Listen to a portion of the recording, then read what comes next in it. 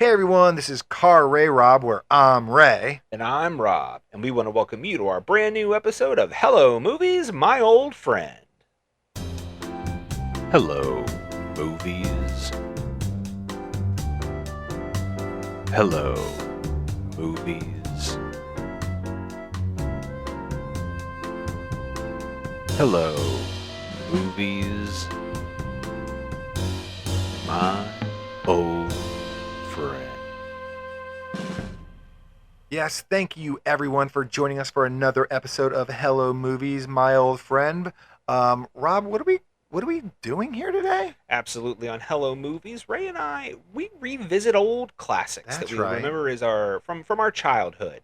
We usually kind of keep that cut off about high school and see if they hold up as well as we like to remember. Is it just nostalgia? Were they really that good? We kind of tried to dissect that. Yeah, we haven't seen these movies in a very long time. For We some have of to them, go yes, back. yes. This would be one. This would be right up there for I haven't seen this in a very, very, very long time. Probably middle school. Really? Maybe, yeah, I think Yeah, so. I'm more like you saw it that late. Well, yeah, I mean not for the first time, but Well, yeah, right. yeah. I didn't know you. Yeah, so I think like on TBS or something. well, Yeah, that's fair, yeah. and that is the thing. We come from an age when You could watch when we movies on had television. right when like cable was a thing, and like what's on, what's not on, that kind of thing. You're Yeah. just kind of held by what was on TV. So this is a movie that I definitely watched multiple times on TV, and I think I may have like recorded it on a VHS tape from TV. It's very possible, right? Illegal. Pirating. But yes, that is because Ray and I today are revisiting, and we're kicking off summer. We should say Right, that. We that's are what the kicking purpose off is. summer, and we're going to do it in the most fun way possible, and that is by watching the 1987 comedy classic Back to the Beach, Yes. starring Frankie Avalon and Annette Funicello. They are going back to the beach and they're gonna party. They're going to party at the beach. Yeah, yes, I will admit I don't remember much. Like I remember watching this movie a lot and really enjoying it, and there are definitely things I remember about this movie, but like the plot is a little fuzzy. I think their son lives at the Kid. beach Yeah, their or kid. something, but I know this isn't like from my understanding, if I remember, this isn't a direct sequel because obviously Frankie Avalon and Annette Funicello made a multiple beach movies like Beach in Blanket the 60s, Bingo. right? But this is not a sequel to any of those. It's more of like a parody. Kind of like the Brady Bunch movie was in a Kind way. of, yeah. I think it's something along those lines. So it's not a direct sequel, but it is like just more of like a referential parody of those types of movies. Yeah, but expecting it to be fun. Yeah, no, I remember having a lot of fun with this movie. I remember there's some great cameos. Yeah. I remember, I think, Gilligan, I remember for sure. yes, the one that I remember the most and hits closest to home is Pee Wee Herman. Oh yeah. Paul Rubens is in this movie. He does a song, and I remember, but it hits like all those like classic beats as well. They have like a surf competition and stuff like that. I think that's like the whole tropes, thing is like all those saving the tropes. beach or something like that. And like Frankie Avalon has to do a surf competition, which at his age at that point was hilarious. Now, one thing with Hello Movies here is we sometimes go back and watch these movies and we don't always like them anymore. That is true. We do not have like the greatest track. We might be inching above 50% now. Yeah, I think we've been on a pretty decent streak right now. But is Back to the Beach gonna break it? We're not sure. It's got potential, I think, to not hold up and maybe be too corny, or I think it's gonna be like a great B movie, like parody movie, like could fit right in there. Absolutely. And again, that stuff can be done really well and it can be done badly. And this was kind of time when I feel like these types of movies were a thing. Sure. You know what I mean? So I think it could work out well. In fact, I just looked up the Wikipedia. Siskel and Ebert gave it 2 thumbs up. That's all the thumbs they had. All right, so I think that is, that could be a good sign. And like I said, I remember really loving this movie. I remember watching it multiple times, and so I hope. But our tastes have changed, and our memories have failed us before. That is fair, but like I said, there's some great cameos, and hopefully, with that and Annette and Frankie having that natural chemistry that they had in the '60s, will continue to carry this movie and make it still hold up after all of these years. Well, there's only one way to know for sure, and that's to go watch surf the movie. competition. Yeah. Oh no, that's not. No, watch the movie. Okay, Don't watch we'll watch surf the movie. competition. We'll watch the surf because I don't know how to surf. Are you serious? I don't either. But okay. Well, maybe this movie will help as being an Maybe instructional video as how-to well. video. All right, guys, we're kicking off summer. We're going to try and have some fun. Hopefully, this movie is fun. If you guys haven't seen Back to the Beach in a heck of a long time, pause the podcast, go check it out, come back and watch it with us and see if me and Rob thinks this movie still holds up. Ray and Rob are currently watching the film. You may be also watching the film. If you're not, then you're listening to me say that Ray and Rob are watching the film. They'll be right back when they're done watching the film.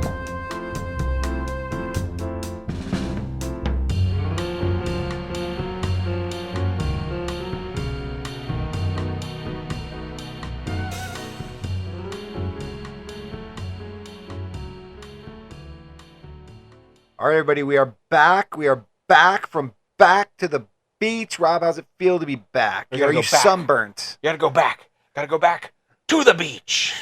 No, we don't. No? We're back from the. We're back from the beach. We've got sand in our Going toes. We've got suntan lotion residue all on our skin, so we're not going back. Fine, we're Parking not going will be back. terrible. We're not going back. But we are back from Back to the Beach, 1987, and I question us, actually.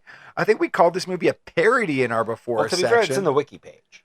Screw the wiki, I guess, is what I'm saying. I don't Okay, feel this fair to be a parody. Do you think it is this? I mean, I think there are elements of it. But I think it's a comedy. Well, it's definitely a comedy, but not every comedy has to be a parody. Exactly. But I think that maybe they're saying that because it's like such a direct kind of, I guess, I don't want to say parody because you don't want to use the word in the definition, but it's like a commentary maybe on the beach films that like Frankie and Annette are so famous for. So I think that, but okay, you know what? We don't normally have a question on Hello Movies because it's usually just good fun. But like maybe let's talk about this movie in that lens. Okay. First ever time having a question, Hello Movies, is Back to the Beach actually a parody? I don't know. What do you think? Yeah, let's do it. All right. Yeah. Well, I'll launch us into it. So, I feel like, if we think about like the great parodies of like scary movies, I think those were great. That's where you start? That's my favorite Not even parodies. Spaceballs? That's so old. That's so old. Scary Movie 2 is probably right up there with Spaceballs for me. Wow. Okay. I feel fair saying that. Enough. Yeah, absolutely. Okay. But, those movies, they're clearly making fun of the original content in some way. Not that they're not taking themselves seriously as a movie, but they are poking fun at the tropes. That's fair. And I don't really know if I feel like this Back to the Beach is like, I don't feel like it's a parody of the 1960s beach movie. I think it's more of a continuation of it. I don't think I think they're using some of the tropes, but I don't know if they're making fun of them to me. No, I think that's a really great point. But if you were going to do a parody or commentary or whatever you want to call it, I don't think you can get much better than Annette Funicello and Frankie Avalon to do it. So which is why they go there. So you've got these two characters and they play themselves. Yeah. Which, so could not be part of that parody thing. But obviously it's not their real life story together. It's more of the real life story of their characters. Fictional characters, right. The real life story of their fictional characters. Yeah, maybe that's why I didn't feel like it felt like a parody. It felt like their continuation because I feel like, they do a decent little job of putting those characters in unique spots. Like they've grown old, they've fallen victim to life. Frankie is just a used car salesman now. Right. He just thinks about work. He's not that free-spirited, beach-loving surfer dude. Annette is just some boring housewife who just eats peanut butter every day, which sounds pretty good. A lot of peanut butter. I don't mind the idea of that at all. So I kind of like where they put them. They're both so far away from being their fun selves. Right. That this vacation that they're kind of forced to go on is going to bring them back to their true selves. Yeah. A fun little idea. I know. I think it's absolutely makes all the sense in the world. Yeah. To put them in that situation, and I think it also makes all the sense in the world to kind of make the eyes you're kind of watching this through be their son, right? Who doesn't really understand them. He hates them. He hates them. He's growing up in a different time. He's a total punker, and so I also appreciated that. I like kind of the fourth wall break action that they kind of do in the beginning, kind of having him very 80s, right, and allow him to fill in the backstory of where they are at this point in their lives and set up the kind of the weakness and need for both characters. Yeah. Which, in a movie like this, you might not feel like they would even go that far to even worry about that. Yeah. You know what I mean? To give them kind of any depth or any kind of arc or anything like that. But I think they really did that with this movie, which as again could go in the not parody category because it's clearly they're trying to tell a story here. Yeah, I think they do. Like this marriage, this blissful marriage they've been on for 20 some odd years comes into jeopardy as they go to LA, they have a little layover in LA, they're going to meet Aunt Becky, their daughter. Right. From Full House. Lori Loughlin. I did not remember. So I did not remember. That's one thing I got wrong in the before section because I think I said that they went to see their son. Right. Not the case. They went to go see their daughter, and they also have a son. Yes, so I did not totally mixed all that up. In my brain, I kind of thought Tiffany Amber Thiessen was their daughter, but it's Aunt Becky. They kind of look the same a little to me. Sure, but I get that. I always think of Tiffany Amber Thiessen in Son-in-Law. Yeah, that's where I think of her the most. So, outside of Saved by the Bell, obviously. Or sure, yeah, definitely Saved by the Bell. But yeah, so it's kind of cool to see Aunt Becky like a younger, not much younger. I think Full House is probably like 5 years after this. Yeah, not much longer. But a little bit younger. And her character's kind of flat, but she does serve the purpose of like her parents like break up kind of over this like on this layover. Right. They get put in a bad mood because they find out she's with a boyfriend, and that's upsetting the dad. He's not really spending time with her. Sandy's her name, and then the mom is trying to enjoy her time with her, and dad's not having it. Then they go to their old restaurant club, right, bar. Yeah. And then Frankie just falls in love with his youth. Basically, he sees pictures of himself, sings on stage. Yeah. Well, and I kind of mentioned it before, like this idea of like nostalgia and stuff like this, like being like that's kind of maybe what this movie was really trying to capture, and I think it was kind of happening a lot and at this time in the 80s, where there was this kind of wave of reevaluation of the 60s and stuff like that, and people kind of like reappropriating cultures, more of like the culture from that time, maybe like a level of innocence. And like I said, you don't get much more innocent at that time than Frankie Avalon and Annette Funicello. And then beach blanket, bingo. Right, exactly. And then you kind of mix in some of that past nostalgia into this, and you see how these characters, if they naturally age, right, the fun's been sucked out of them. Right.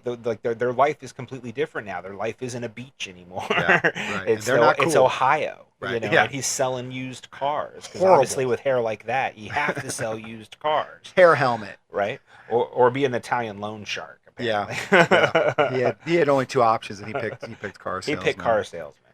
But but I think they do a good job of making you kind of understand both of their plight a bit, with Annette, kind of like seeing the beach again and, kind of rediscovering her youth. And then, maybe it's fun that they don't both like the beach doesn't snap them both back into their younger selves. It does for Annette, but Frankie's like, it smells. It's like it's crowded. Well, and not only, and that kind of goes back to the weakness and need of Frankie Avalon, because what really snaps him back is himself. Right, he needs to be an idol. Right, exactly. Like seeing a shrine made to himself that Connie has put together for him has kind of gives him that vitality again, which unfortunately is kind of a thing that a lot of older men are dealing with at this time for sure, but and always have. Right. And that's the thing, like they always have. It's such a misconception now that like, a lot of these generational issues are new. No, every generation goes through it. Yeah, but nobody likes our own to get old, narcissism, yeah. like we see it kind of, we can't see about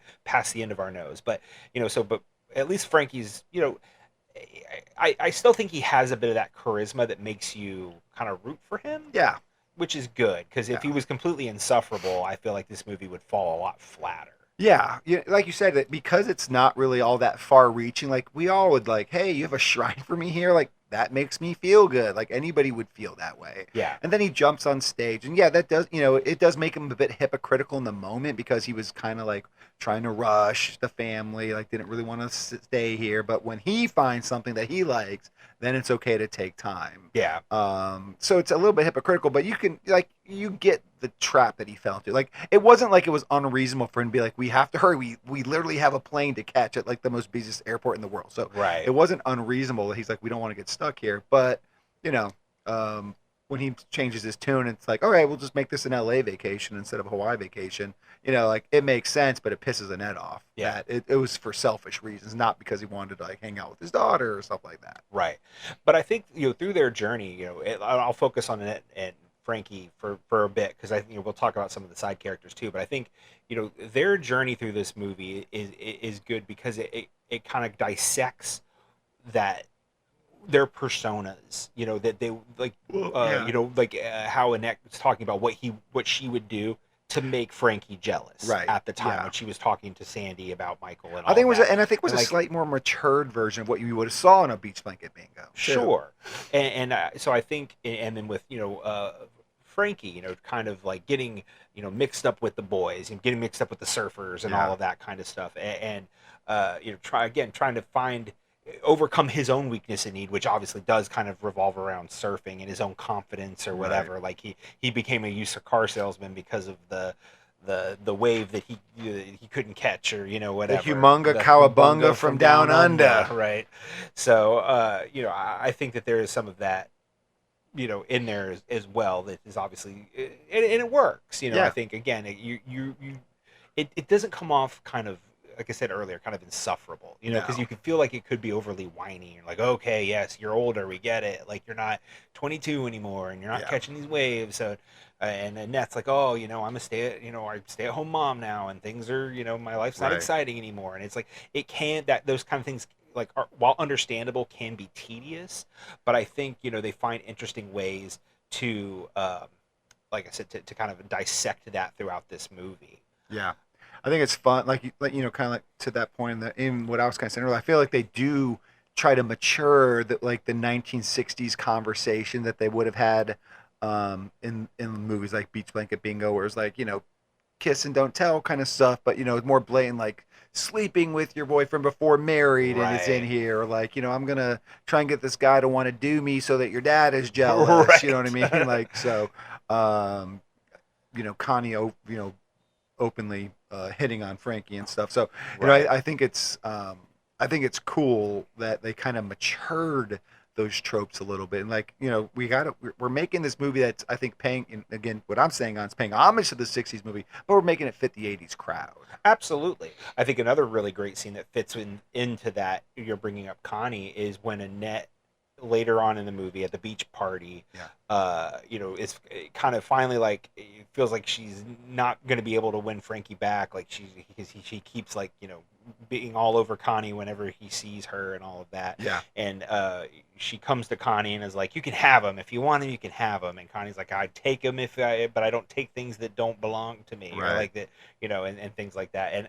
And they really kind of have an interesting little back and forth about the good girl, bad girl dynamic, which is, like, obviously such a big thing from those movies. Sure. And especially when you've got America's sweetheart Annette Funicello up against, Connie Stevens.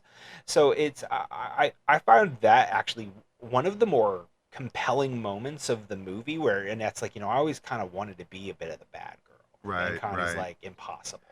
Not for a musketeer, right? Well, but not even necessarily, and it's not even in like a condescending way, right? Yeah, she's saying just too nice, right? Too sweet, right? And it's like, and so I think that there's an interesting layer there, and you kind of compare it to Grease a little bit, like with Sandy and Grease, and by the end she becomes the leather-clad Sandy and all of that, and I think that there's a lot of that, kind of same feeling in this movie with Annette, but she never really, goes back on who she is, and doesn't feel like she has to change who she is to kind of find the spark again with Frankie. And I do feel like that is admirable. Yeah. Well, she I think she's going to be less boring going in the future. I don't know if we showed her make a bologna sandwich instead of a peanut butter and jelly sandwich, but you can assume she will be using cold cuts in the future. Absolutely.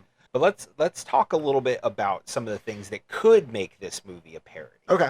And do the things that, like, some of these movies kind of do. So, obviously once they get to the beach, they're walking along the beach. Frankie and Bobby, the son, are like trying to find Michael wherever they can find him, so they can beat the crap out of him. And they end up on Zed Town or whatever, Zed's Beach, where the metalhead punkers are. Punk surfers. So they set up this, rival culture, counterculture to the vibrant beach crowd. And I don't know if there's such thing as a punk surfer. Like, I don't know if that fits the vibe. Have you not seen Point Break? How can you say that? Like, is that in there? I mean, Anthony Kiedis is a Mohawks. surfer. I mean, that's fair. I mean, maybe you don't necessarily have a mohawk because it's going to get super flat. Yeah.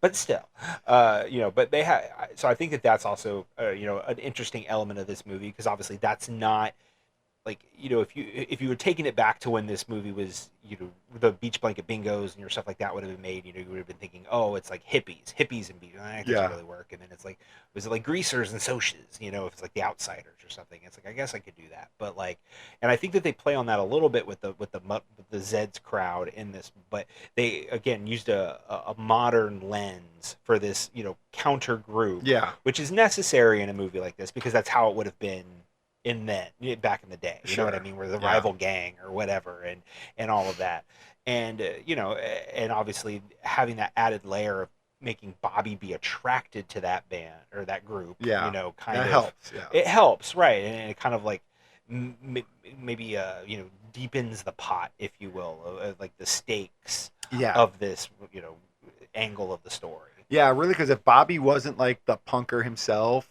really they would have been that group would have only been used in like the intro scene just to kind of prove they exist.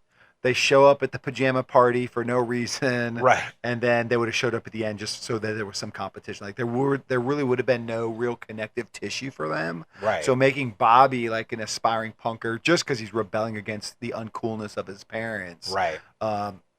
Makes it work. It makes it fit. It gives it some extra little depth, something to do. Yeah. And it kind of makes it worthwhile, because then you see Bobby at the end. He's kind of this blend of his parents. Yeah. And himself. Right. And you mentioned the pajama party, another element of the movie that could be considered as almost like a parody. That probably I just think that's that was definitely like just a comedic moment for sure. Yeah. Borderline parody, if not 100% parody, like just silly fun. But we saw that in Valley Girl, earlier this year. So I mean, while it could be parody, it's still a trope that works, and not necessarily making fun of that genre, right, in and of itself.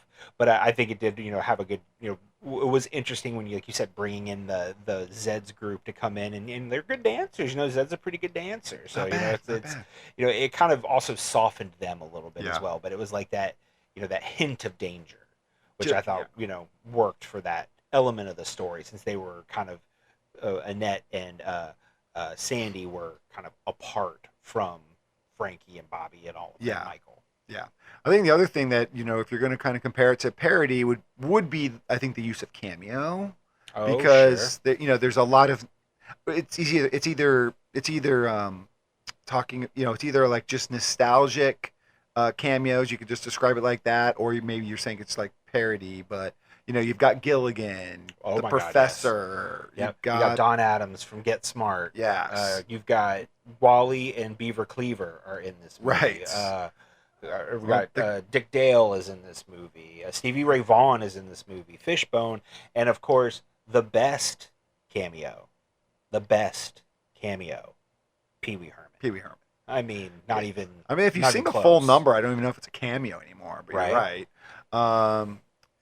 But yeah. So I think that there was an abundance of those. I don't know if that makes it parody. It's like Seth Rogen movie's going to have kind of the same thing. That's fair. But it definitely is like harkening back to the time. Though. Yeah. Well, and that's when I mentioned Pee-wee, I think that again kind of goes back to what I was saying earlier about like the capturing of innocence of that time, because that was totally Pee-wee's vibe. Yeah. Like that's what Pee-wee's Playhouse was, and that's what his whole shtick kind of revolved around, was taking this innocent time of the 50s and kind of putting a little bit of an edge to it. Mm-hmm. And I think that that's what this movie was capturing, which is what made it so perfect that he was even in this movie. Right. Is that kind of similar aesthetic. He steals Bird is the Word from Family Guy, though this was made 30 years earlier. Still, don't ask me to explain that. He went back in time. Yeah. Back to the beach. I can't explain it. I only know what I heard. So. But yeah, there's obviously an odd problematic cameo in this movie. Oh yes, when we did mention O.J. Simpson, which did not age well. Yeah. Yeah. Of course, he was running. He gets his hand stepped on, which flattened his hand, which changed its size. That's how because it was swollen, and that's why the glove didn't fit. So it all makes sense now. That's it. It was back to the beach. That's what got him off. Well, at the end, the Bobby says, maybe that wasn't him. He's not very athletic. So maybe it was just somebody that looked like OJ. And keep telling yourself. Sure. Yeah. So I think you could look at any one of those kind of elements and, you maybe like fall down on parody or not parody or whatever. But I think the thing that, pushes it closer to parody is the end. Because you obviously have to get to the surf competition. It's like, this is what it's all about. It's like, oh, the Zed's group's got to, have a surf competition against Frankie. And obviously, Michael ends up getting hurt. So Frankie ends up having to step in. And so he has to, face his own fears and get back on the board and all of that. And, but since that's such a cliche, I do feel like that is maybe the point where it gets to be the most parody. Sure. Yeah. It's kind of making fun of the whole process. Like even when Frankie is actually surfing, of course he is surfing the humunga cowabunga from down under wave, the second coming of it or whatever it is. Right. And they film it like it was in the 60s. It's back projection lit or whatever, and he's just like doing random tasks, throwing buckets of water at him. He's golfing, he's shaving, he's signing autographs, all while surfing this humongous gigantic wave for like 5 minutes. Yeah. So it's definitely played for laughs. It's not like, we all know Frankie Avalon's not going to be able to surf this thing. We're not going to be able to get a stunt double not to look like it's an obvious stunt double. Right. So let's just have fun with it. Yeah. No, I think that's accurate. And again, I think by that point it had earned that ending. Yeah. You know what I mean? Like you'd been having such fun up to that point. You're like, you don't care if this gets a little, the fawns jumping the shark, if you will. Yeah. You know what Frankie's I mean? going to win the competition. Let's just let it happen. Right, exactly. One thing though, we've mentioned his name a couple times, but I wanted to dive a little bit into this character. Is I think an arc that is super compelling in this movie, and maybe underrated as far as like how compelling it is Michael. I was going to say, we're not wrapping up before we talk about Michael. Yeah, Michael I think was actually a really interesting character, and again, the guy I kind of forgot because I thought they were going to visit their son, not their daughter. But you didn't think their son was having a relationship with Michael. I didn't think so, but hey, it's the 80s.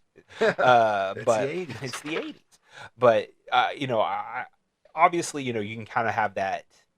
You can feel shallow where it's like, the dad doesn't like the fact that the daughter has the girlfriend is very misogynistically based and all of that. So and then Michael kind of gets offended by it. Well, like, this is my house too, and all of that, which I mean, it's understandable. And but I think having him be Connie's son was an interesting element, which allowed Frankie and Michael to end up together and kind of spend a bulk of the movie together. Yeah, kind of learning from each other.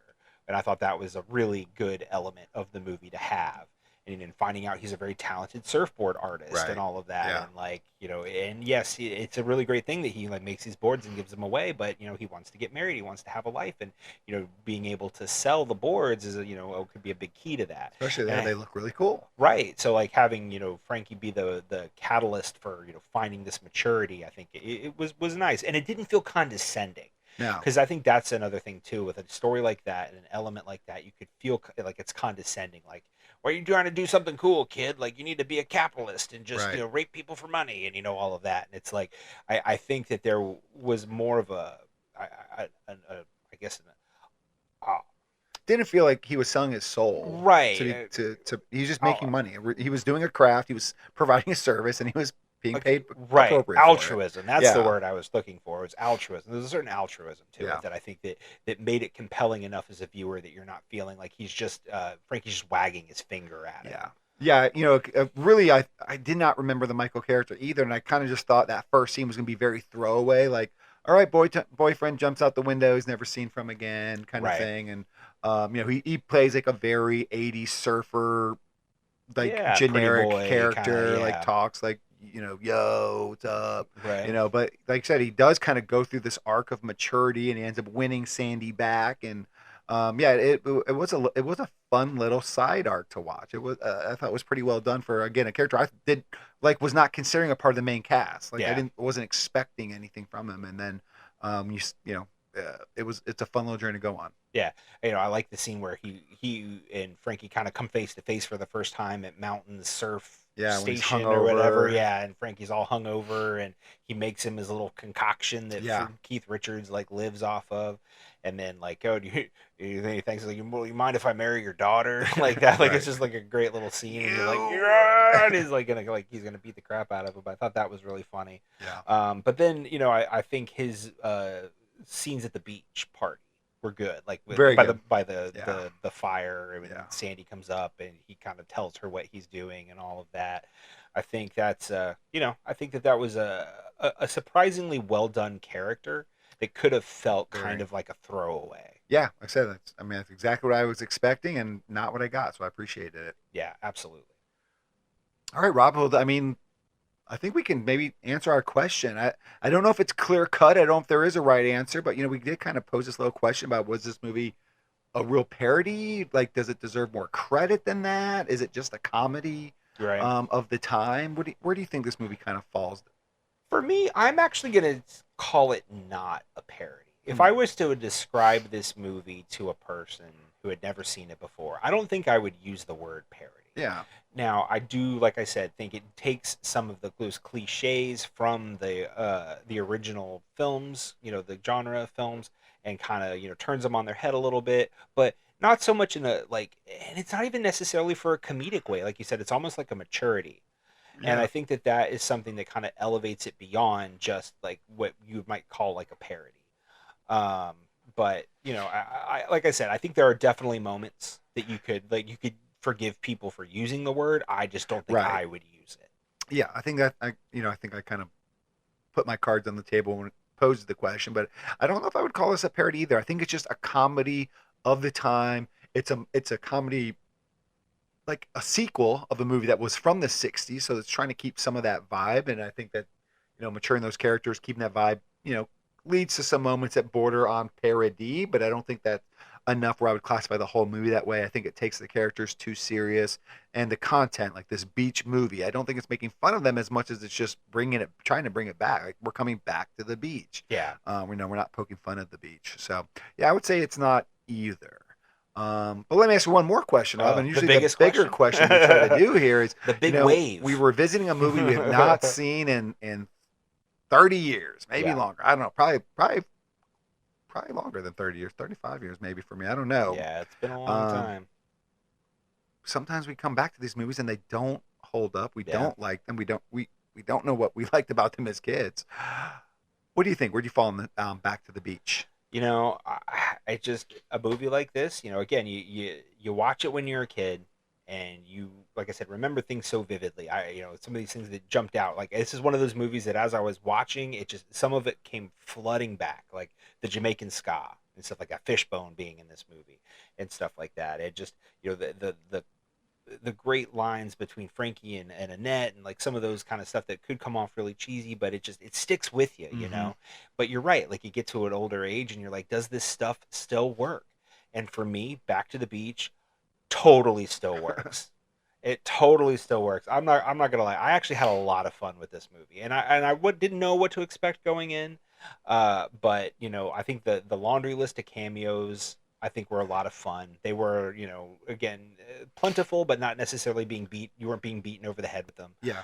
I think the story was actually, it's nice. It's like for a 90-minute movie, like it's really tight. It's compact. It flows. Like there's no lulls in this movie at all. It doesn't drag. It's always fun. There's always funny stuff happening, and I think a lot of it does rest on Frankie and Annette, which I think goes to show that their legacy is earned. Yeah. And that they, the chemistry they had in the 60s still worked in the 80s. And, like I said, I think this was a lot of fun. There was kind of having that, like I said earlier, with Pee Wee, kind of taking this kind of innocence, putting a little edge to it. I think they did that with this movie really well. I think this could go down as maybe one of the best holds up of the year for me. I mean, may not be number one, but it might be up there. But what about you? Maybe not feel the same. I don't know. I think I do feel the same, that I do think this movie held up to me. I do think it ended up being fun. It's funny though. I would say early, like the first 10, 15 minutes, I was like, I don't think this is going to hold up. Like, I don't know if the comedy's good enough, and like it's like I kind of implied that I kind of fell into that trope with this Michael character. I'm like, this guy's just a throwaway. This guy's just tropes boyfriend here, and it's going to be flat here, and like all these jokes, but I just want to smack your son around there. Like, I don't know. There was a lot of abuse. There was a lot of abuse. But Bobby Frankie, man. Bobby can hold his own, and he is being Bobby's needling him. He's constantly talking down. But it's so good. I will have to say, like, their chemistry, Bobby and Frankie, are actually like as a father son. It's funny. Like they get a good rhythm going. Yeah, and like I said, the Michael character ends up being really fun, and like the Annette and Frankie stuff. It keeps working, and the movie's so quick. I don't think you have enough time to get bored with it or to not enjoy it. You know what I mean? It's like you mentioned, it's moving at a good clip.